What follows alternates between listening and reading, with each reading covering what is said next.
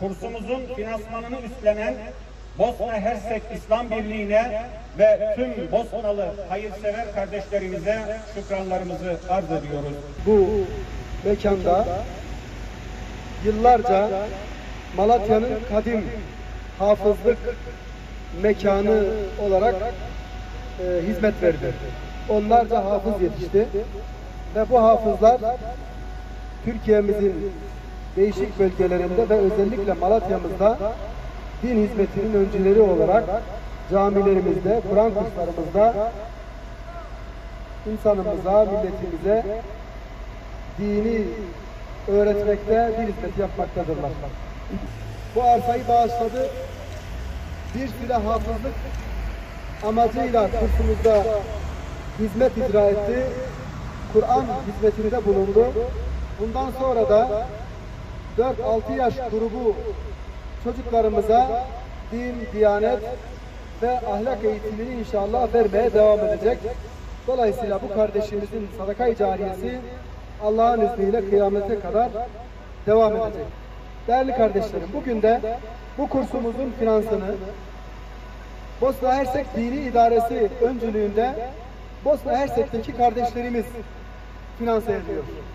Bir zamanlar Bosna Hersek Anadolu'dan, Türkiye'mizden savaş yıllarında gönlünü Anadolu'ya dönmüş ve oradan destek bekliyordu.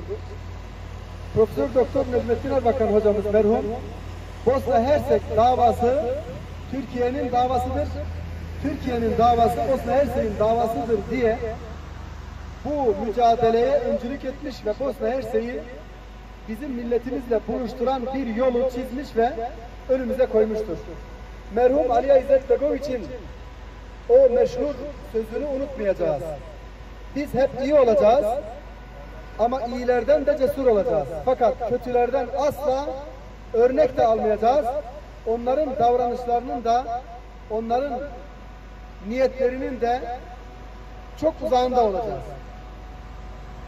Ali İzzet Begoviç'in geride bıraktığı miras bugün Malatya'da çocuklarımızın din eğitimi alması için eser yapıyor. Bu büyük bir buluşmadır. Ben bu vesileyle Bosna Hersek'teki tüm kardeşlerimize yürekten teşekkür ediyorum. Allah hayırlarını kabul eylesin. Kursumuzun maliyeti yaklaşık olarak 40 milyon TL'ye mal olacak. Yine kursumuzda toplamda 8 derslik, bu dersliklerin sayısı artabilir binamızın büyüklüğü kapasitesi oranında. Şu anda hedefimiz 8 derslikle kursumuzu açmak. Toplamda yaklaşık 200 öğrencimiz burada eğitim görecek. Hem tam gün eğitim alabilmeleri için okul öncesi eğitimlerde çocukların dinlenebileceği yatakhanelerin, yemeklerini yiyebilecekleri yemekhaneleri, mutfaklarının da olması gerekiyor. Binamızda bu yapılarda mevcut olacak. Yine içerisinde çok amaçlı salon, idari kısımlar ve diğer mekanları ve donatılarıyla kursumuz 4-6 yaş grubu kurslarımıza üst seviyede hizmet verecek. Değerli kardeşlerim, konuşmama son verirken bir bilgiyi sizlerle paylaşarak inşallah konuşmamı tamamlayacağım. 4-6 yaş grubu kurslarımız bizim prestij çalışmalarımız bir projemizdir. Elhamdülillah Türkiye'nin tüm bölgelerinde ve artık neredeyse köylerinde bu kurslarımızı açıyoruz. Şu anda sayısal olarak Malatya 4-6 yaş grubu kurslarda Türkiye ortalamasının üstünde. Türkiye genelinde 22. iliz sayısal olarak. Hem derslik bakımından hem öğrenci sayısı bakımından 22. sıradayız. Bu sıra önemli bir sıra, büyük bir sıra. Yine depreme rağmen bu sayıyı yakalamışız.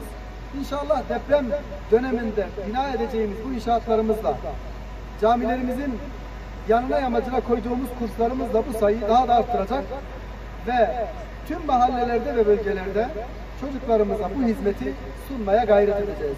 Bu kursumuzun yapım aşamasındaki çalışanlarının, işçilerinin işlerini kolay eyle, işlerinde kendilerine başarılar lütfeyle ya Rabbi, kendilerini her türlü olumsuzluktan, kazadan muhafaza eyle ya Rabbi. Ya İlahel Alemin. Hizmetlere vesile kılsın inşallah. Bismillahirrahmanirrahim. Ya Allah, Bismillah.